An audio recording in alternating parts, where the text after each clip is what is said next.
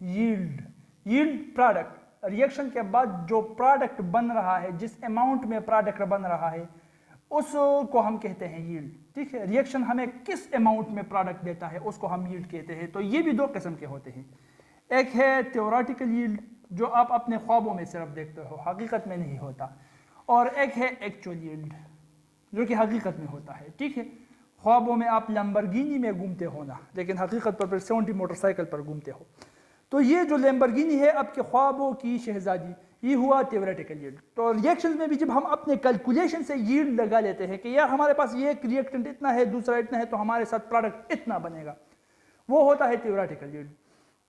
और जो हकीकत में बंदा है वो है एक्चुअल यील्ड। ठीक है, अब इन दोनों में फ़र्क ज़रूर आता है। फ़र्क क्यों आता है? देखो, ख्वाब हमेशा एक इंसान अपने लेवल से हाई लेवल का ख्वाब देखता है।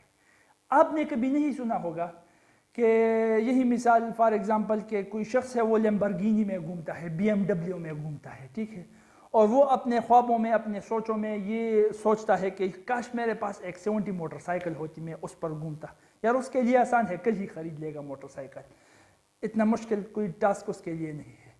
और अगर किसी शख्स के साथ 70 या मतलब ये 70 सीसी मोटरसाइकिल हो तो वो उसका ख्वाब फिर होगा कि काश मेरे साथ कोई XLI हो, GLI हो, कोई क्या कहते हैं उसके, वियट हो, कोई लैम्बोर्गिनी हो, कोई अच्छी सी कार हो। तो हमेशा एक शख्स ख्वाब अपने लेवल से ऊपर वाले ख्वाब देखता है। ठीक है, तो इसी तरह का भी कंसेप्ट यहाँ पर है। थ्योरेटिकल यील्ड हमेशा ऊपर वाले लेवल पर होता है, जबकि हकीकत में जो होता है एक्चुअल यील्ड वो उसे निचले दर्जे का होता है। तो एक्चुअल यील्ड जब भी आएगा कैलकुलेशन से, रिएक्शन से, जो हम इक्वेशन के कैलकुलेशन से जो यील्ड हम निकालेंगे उसका अमाउंट हमेशा ज़्यादा होगा उससे जो कि एक्चुअल में है। अब ये क्यों होता है? देखो, थ्योरेटिकल में हम एक बैलेंस केमिकल इक्वेशन को कैरी आउट करते हैं। हम मान लेते हैं कि रिएक्टेंट हमारे पास इतना है, दूसरा रिएक्टेंट इतना है, तो इतने इतने रिएक्ट करके ये हो जाएंगे। तो वो हवाई बातें होती है, सिर्फ हवा हवा में हम कर लेते हैं कि ये हो जाता है, ये हो जाएगा। लेकिन एक्चुअल में इसमें बहुत सी बातें आ जाते हैं। जैसे कि अगर एक्चुअल में अगर हम करते हैं तो हमारे वो मेजरिंग डिवाइस जो है हमारे पास, उसमें भी फ़र्क हो सकता है, कंडीशंस में भी फ़र्क हो सकता है, मुझ में भी फ़र्क हो सकता है। शायद मैं जिस चीज़ को मेजर कर रहा हूँ वो सही से मेजर नहीं करूँ, और अगर प्रोडक्ट बन जाए तो उसको रिकवर करने में भी कुछ प्रोडक्ट रह सकता है।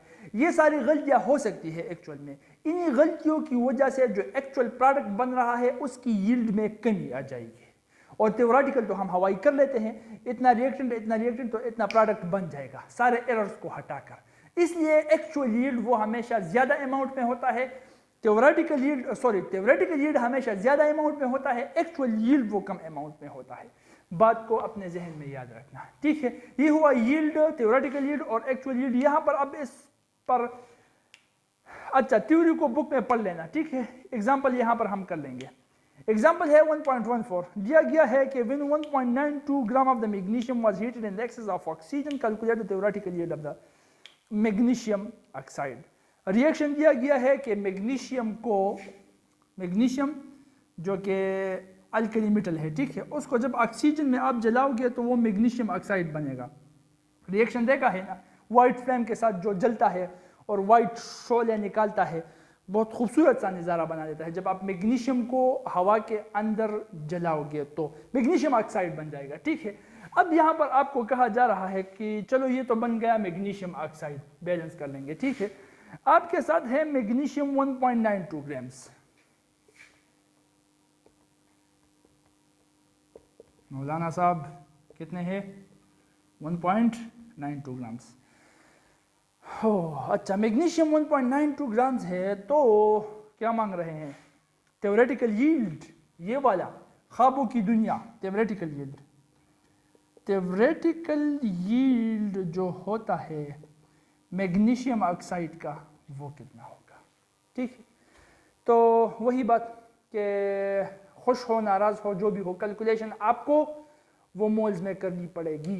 तो मैग्नीशियम को आप मोल्स में कन्वर्ट करो, मोल्स ऑफ मैग्नीशियम वो होगा मास इन ग्राम जो कि है 1.92 डिवाइडेड बाय मोलर मास जो कि है तकरीबन 24। एक बार चेक कर लो क्या है, हाँ 24। सो 24 पर आप डिवाइड करोगे, जब डिवाइड करोगे 1.92 को 24 पर, इससे आ जाएगा 0.08 मोल, 0.08 मोल। ठीक है। अच्छा, अब 0.08 मोल वो है मैग्नीशियम। यहाँ पर जो है बैलेंस केमिकल इक्वेशन के मुताबिक अगर 2 मोल मैग्नीशियम हो तो वो 2 मोल ही मैग्नीशियम ऑक्साइड देगा। तो इसका मतलब अगर 0.08 मोल मैग्नीशियम हो तो वो मैग्नीशियम ऑक्साइड 0.08 मोल ही देगा। ठीक है, डायरेक्ट कर रहा हूँ क्योंकि आसान है। अदरवाइज अगर ये हिंसा फ्लक्चुएट हो जाए, मतलब यहाँ पर 2 यहाँ पर 5 या 6 आ जाए, तो वही क्रॉस मल्टीप्लिकेशन इससे पहले जो मैं कर चुका हूँ वही कर लेना, उसके साथ आप आसानी के साथ कर सकते हो। ठीक है, तो 0.08 मैग्नीशियम के मोल है, वो 0.08 मैग्नीशियम ऑक्साइड के मोल्स देंगे। अब कब, अभी क्या करेंगे, थ्योरेटिकल यील्ड निकालेंगे। तो निकालो थ्योरेटिकल यील्ड, वो हुआ मास इन ग्राम्स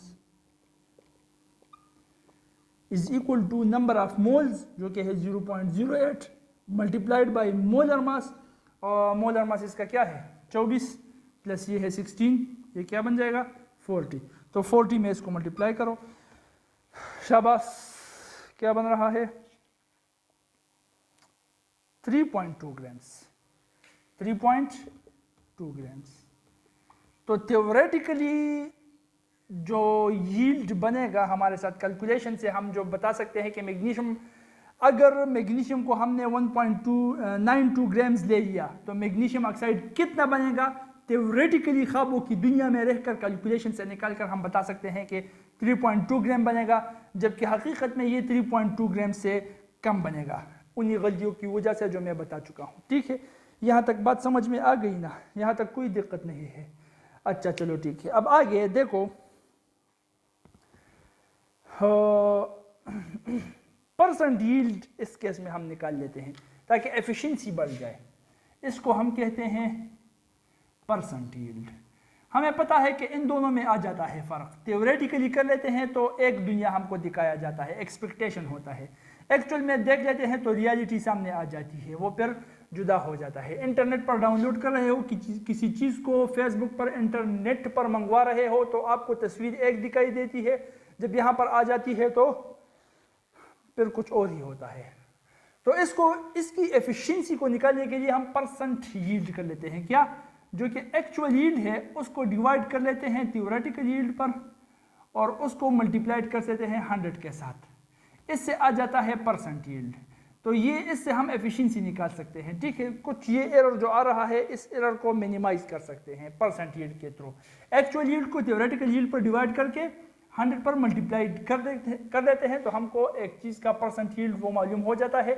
जब भी प्रोडक्ट इंडस्ट्रीज में बनता है उस प्रोडक्ट पर परसेंट यील्ड लिखा होता है, और जो केमिस्ट होते हैं वो परसेंट यील्ड से इसके मुख्तलिफ कैलकुलेशंस पर कर सकते हैं, वापस से इसको रिवर्स करके इसका एक्चुअल यील्ड, थ्योरेटिकल यील्ड ये पता लगा सकते हैं। ठीक है, इसको हम कहते हैं परसेंट यील्ड। देखो यहाँ पर अब आपको एग्जाम्पल दिया गया है। एग्जाम्पल क्या है, वो है हीटिंग। अच्छा देखो, सबसे पहले तो रिएक्शन है, कॉपर कार्बोनेट को अगर हम हीट करें तो वो कॉपर ऑक्साइड और ऑक्सीजन बनेगा। ये बात तो अटल हकीकत है ना, इससे हम मुकर तो नहीं सकते। कॉपर कार्बोनेट है, इसको अगर हम हीट करें तो एक ना एक दिन तो कॉपर ऑक्साइड और कार्बन डाइऑक्साइड बनेगा। ये एक कड़वा सच है, एक हकीकत है। ठीक है, कॉपर कार्बोनेट को अगर हम हीट करें तो कॉपर ऑक्साइड और कार्बन डाइऑक्साइड बनेगा। अच्छा, आपके किताब में दिया गया है सिर्फ और सिर्फ ऑक्सीजन, तो ये गलत है। ठीक है, वो कार्बन डाइऑक्साइड बनेगा, ऑक्सीजन नहीं बनेगा। देख लो खैर एक बार फिर खुद भी। अच्छा चलो, जो हमारा मकसदी काम है वही कर लेते हैं। क्या कह रहे हैं यहाँ पर कि heating 24.8 grams of copper carbonate, copper carbonate के दिए गए हैं 24.8 ग्राम्स, इसको हीट किया जा रहा है। कॉपर कार्बोनेट को 24.8 ग्राम्स इसके हैं, उसको हम हीट कर रहे हैं। ये हमको दे रहा है 13.9 gram of copper oxide. Copper oxide वो दे रहा है 13.9 ग्राम्स। इसको हमने लिया 24.8 ग्राम्स। क्रूसिबल पर रखकर इसको हमने हीट किया प्रैक्टिकली जो रिजल्ट आ गया उसको जब हमने मेजर कर लिया कॉपर ऑक्साइड को तो वो था 13.9 ग्राम। इसका मतलब ये 13.9 ग्राम है एक्चुअल यील्ड। ठीक है, आपसे मांगा जा रहा है कि परसेंट यील्ड को मालूम करें। अब परसेंट यील्ड के लिए एक एक्चुअल यील्ड चाहिए, एक थ्योरेटिकल यील्ड चाहिए, एक 100 चाहिए। एक्चुअल यील्ड हमारे पास यहाँ पर है 100, तो बच्चे को भी आता है कि ये 100 है। थ्योरेटिकल यील्ड हमारे पास वो ना मालूम है, तो थ्योरेटिकल यील्ड को यहाँ पर हम कैलकुलेट कर लेंगे। सबसे पहले बात समझ में आ रही है तो वही कैलकुलेट करो, शाबाश। देखो किस तरह से करेंगे, इसको मोल्स में कन्वर्ट करो। मोल्स में किस तरह से कन्वर्ट करेंगे, वो है moles is equal to mass in grams. ये कॉपर कार्बोनेट की बात हो रही है, ठीक है। Moles of copper carbonate, mass in gram है 24.8 divided by molar mass 3 multiplied by 16 plus 12 plus copper क्या है 64, कर लो शाबाश। क्या बन जाएगा, हाँ 124। अच्छा 124 पर डिवाइड करो। अब डिवाइड भी करो 124 पर। जब डिवाइड करोगे, कॉपर कार्बोनेट का मोलर मास 124 है, मास इन ग्राम 24.8 है। 24.8 को 124 पर करो डिवाइड, आ जाएगा आपके साथ 0.2 मोल्स ये बन रहे हैं, ठीक है।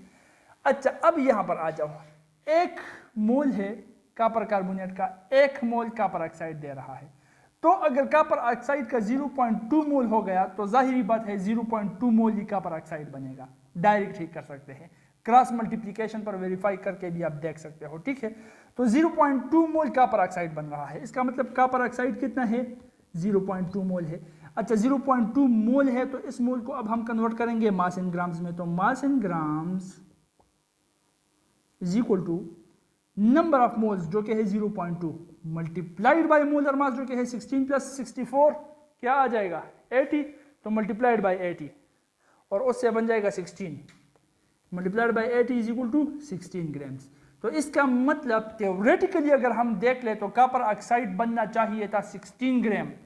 हकीकत में जो हमने देखा वो 13.9 ग्राम था। देख लिया, एक्चुअल यील्ड जो है वो थ्योरेटिकल यील्ड से कम है। थ्योरेटिकली जब हमने कैलकुलेट किया 16 ग्राम आ रहा है, एक्चुअल में जो आ रहा था वो 13.9 था। खैर जो भी हो, अब हमको मालूम करना है परसेंट यील्ड। वो तो हम इस तरह से अब हम कर सकते हैं, percent yield is equal to actual वाला हकीकत वाला 13.9 डिवाइडेड बाय थ्योरेटिकल यील्ड जो है वो है 16 मल्टीप्लाइड बाय 100। हो कर लो, क्या आ रहा है 86.87%।